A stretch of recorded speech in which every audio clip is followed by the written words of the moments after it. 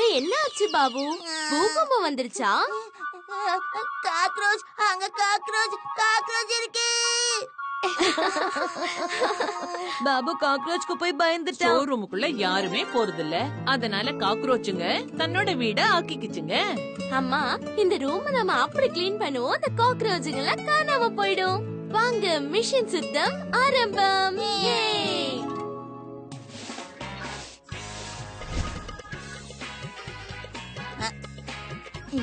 பாபு ஜாக்கிரதை, அங்க காக்ரோச் இருக்கும்.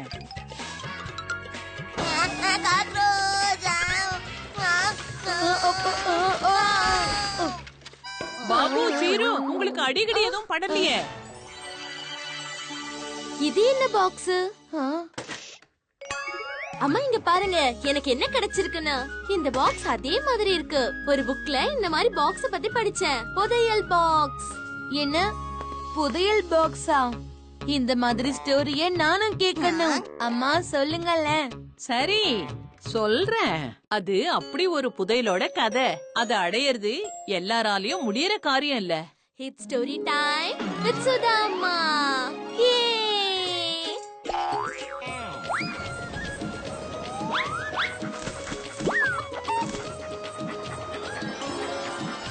The Enchanted Scorpions. விஷ்ணு ரொம்ப நல்ல அப்புறம் புத்திசாலியான பையன். அவன் முதல்ல விஜயநகரத்துக்கு வந்தான். அப்புறம் அவனுக்கு அங்க விஜயநகரத்தோட மக்கள் எல்லாரையும் பிடிச்சிருந்தது. அதாவது அவன் விஜயநகர்ல குடி போகலான்னு முடிவு பண்ணிட்டான். அண்ணே, இங்க வீடு ஏதாவது இருந்தா சொல்லுங்கண்ணே, நான் வாங்க போறேன். அப்படி இவன் என் வீட்டை வாங்கிட்டானா என்னோட மொத்த கடனும் தீந்துரும். இருப்பா, இத நான் கீழே வரேன். சதீஷ்ன்றவன் ரொம்பவே ஏழை. ஆனா எப்பவும் இல்ல, அவனோட முன்னோர்கள் ரொம்ப பெரிய பணக்காரங்க. அந்த சமயத்துக்கு ஏத்த மாதிரி அவனோட சொத்து நிலமெல்லாம் வித்து போயிடுச்சு. அப்புறம் இப்போதைக்கு அவன் கையில இருந்தது ஒரே ஒரு பழைய வீடுதான். ஆனா அந்த வீடு ரொம்ப பெரிய வீடு. அண்ணா, உங்களுக்கு வீடு வாங்கணும், எனக்கு இந்த வீட்டை வித்தாகணும். அப்படி பிடிச்சிருந்தா வாங்கிக்கோங்க. அடேங்கப்பா, வீடு என்னவோ ரொம்ப அழகா இருக்கு. கொஞ்சம் பழசாதான் இருக்கு, பரவாயில்ல. ஆனா இந்த வீட்டை எதுக்கு நீங்க விக்க நினைக்கிறீங்க? விக்க விருப்பம் இல்லதான், ஆனா கட்டாயம். இது என் முன்னோர்களோட வீடு. முன்னெல்லாம் பார்க்க நல்ல பிரம்மாண்டமா இருந்தது. ஆனா இந்த வீட்டுக்கு செலவு பண்ணி பண்ணி நானே கடல்ல மூழ்கிட்டேங்க. என் வீட்டுக்காரி இந்த வீட்டை விட்டுட்டு வேற ஒரு கிராமத்துக்கு போயிட்டா. ஆனா இங்க இருக்கிற ஜனங்க கடனை அடைக்காம என்னை இங்கிருந்து போகவே விட மாட்டேங்கிறாங்க. அப்புறம் உண்மையான விஷயம் என்னன்னா, இந்த வீட்டு மேல எனக்கு நிறைய பற்று இருக்குங்க. என்னால புரிஞ்சுக்க முடியுது. சொல்ல போனா இது முன்னோர்களோட ஒரு அடையாளம். ஆமா அண்ணன், ஆனா இப்ப வேற எந்த வழியும் கிடையாதே. எப்படியும் நீங்க இந்த வீட்டை வாங்கிட்டீங்கன்னா எல்லாரோட கடனையும் அடைச்சிட்டு நான் என் குடும்பத்தோடயே போய் சேர்ந்துருவேன். விஷ்ணு உடனே சதீஷோட வீட மொத்தமா வாங்கிட்டான். சதீஷ் மனசுல ரொம்ப பாரத்தோட தன்னோட வீட்டை ஆசைய ஒரே ஒரு தடவை பார்த்தான். அதுக்கப்புறம் நிரந்தரமா அந்த கிராமத்தை விட்டே போயிட்டான். அவன் போனதும் விஷ்ணு அந்த வீட்டை சுத்தம் பண்ணி அந்த வீட்டை பழுது பார்க்க ஆரம்பிச்சுட்டான்.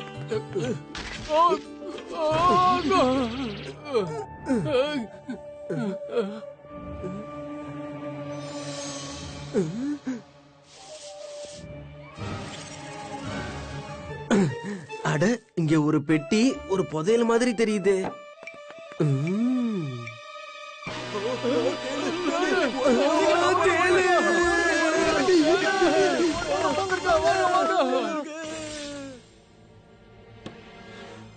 ஐயோ, என்ன பெட்டி இது? ஒரே தேலா இருக்கு. கண்டிப்பா இதுக்கு பின்னாடி ஒரு ரகசியம் இருக்கணும். தேள் நிறைய இருந்த அந்த பாக்ஸ பாத்துட்டு விஷ்ணு யோசிக்க ஆரம்பிச்சுட்டான். அதுக்கப்புறமா அந்த பாக்ஸ எடுத்துக்கிட்டு விஜயநகரத்துல இருக்கிற ரொம்ப வயசான ரொம்ப புத்திசாலியான ஆள் கிட்ட போனான். பாபா, இந்த பெட்டி சதீஷோட வீட்டுக்குள்ள எனக்கு கிடைச்சது. நான் சதீஷ நிறைய இடத்துல தேடி பார்த்துட்டேன், ஆனா அவன் எங்கேயுமே எனக்கு கிடைக்கல. இப்போ இந்த சிக்கலை நீங்க தான் எனக்கு தீர்த்து வைக்கணும். கேளு மகனே. பாபா, ஆச்சரியப்படுற விஷயம் என்னன்னா, இந்த பெட்டி முழுக்க தேள்களா இருக்கு.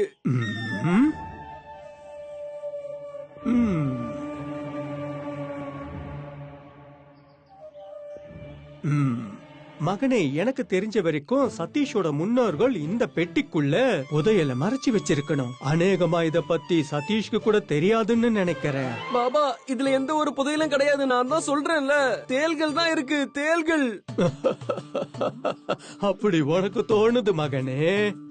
நிச்சயமா இந்த பெட்டியில ஏதாவது ஒரு மந்திர பலன் இருக்கும்.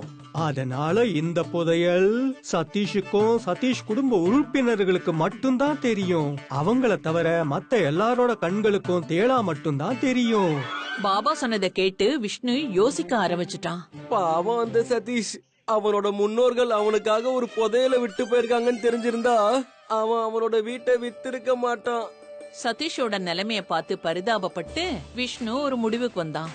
அதாவது அந்த பெட்டிய பாதுகாப்பா வைக்கணும்னு. எது வரைக்கும்னா அந்த புதையலோட உரிமையாளர் வந்து வாங்குற வரைக்கும் பாதுகாக்கணும்னு முடிவு பண்ணான். கொஞ்ச நாள் ஆனப்புறம் விஷ்ணு அந்த வீட்ல கடைய திறக்க ஆரம்பிச்சான். அதுக்கப்புறம் அந்த வீட்ல கிடைச்ச பெட்டியை எடுத்து 4 தேள்களை எடுத்து கடையோட 4 மூலையிலையும் வச்சுட்டான். கொஞ்ச நாளைக்கு அப்புறம் விஷ்ணுவோட அந்த கடை அந்த விஜயநகர் முழுக்க தேளோட கடைன்ற பேர்ல பிரபலம் ஆயிடுச்சு. அவன் ரொம்ப சீக்கிரத்துல விஜயநகர் மக்களோட ஒண்ணு சேர்ந்துட்டான். அவனோட நல்ல நடத்தையினால சிலர் விஷ்ணுக்கு நண்பர்களும் ஆயிட்டாங்க. சில பேர் அவனை பார்த்து பொறாமப்பட்டாங்க. மெல்ல மெல்ல ஜனங்களோட மனசுல தேள் இருக்கிற பயமே போயிடுச்சு. தன்னோட கடையில விஷ்ணு நல்ல வியாபாரம் பண்ணி சம்பாதிச்சான்.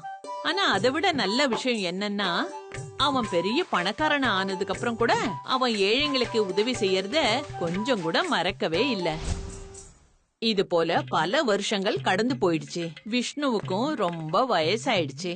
ஆனா யாருமே அந்த தேள் நிறைஞ்சிருக்கிற பெட்டிய வாங்கறதுக்கு முன்வரவே இல்ல.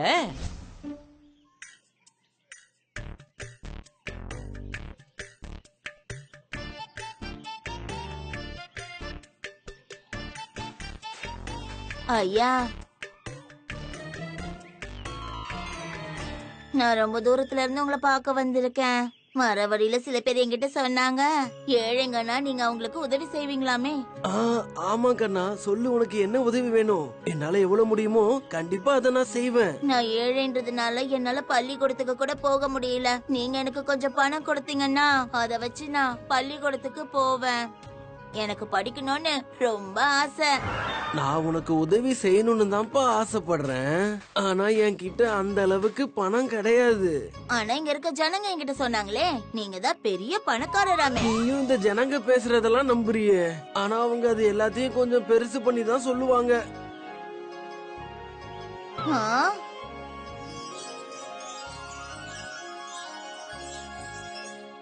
உங்களுக்கு உதவி செய்ய விருப்பம் இல்லைன்னா நேரடியா சொல்ல வேண்டியது தானே. பொய் சொல்ல வேண்டிய அவசியம் என்ன இருக்கு? என்னப்பா சொல்ற? நான் என்ன சொல்றேன்னா, அப்படி உங்ககிட்ட பணமே இல்லைன்னா நீங்க இந்த கடையோட 4 மூலையிலயும் தங்க காசை எதுக்காக வச்சிருக்கீங்க? தங்க காசா? இதெல்லாம் தேள்கள்பா. ஆ? தேளா? தங்க காசு உங்களுக்கு தேள் மாதிரி தெரியுதா? நிச்சயமா இந்த பொட்டியில மந்திரத்தோட பலன் இருக்கும். அது மூலமா இந்த புதையல் சதீஷுக்கோ இல்ல அவங்க குடும்ப உறுப்பினர்களுக்கு மட்டும்தான் தெரியும். அவங்கள தவிர மத்த எல்லாரோட கண்களுக்கும் இது தேளாதான் தெரியும். நீ ஒருவேளை சதீஷோட உறவுக்கார பையனா? முன்னாடி இந்த வீட்ல இருந்தவன் உன்னோட முன்னோர்கள் இந்த கிராமத்துல என்னைக்கா இருந்திருக்காங்களா? சீக்கிரமா சொல்லு. உங்களுக்கு எப்படி தெரியும்? என் பேரு சதீஷ்ன்னு.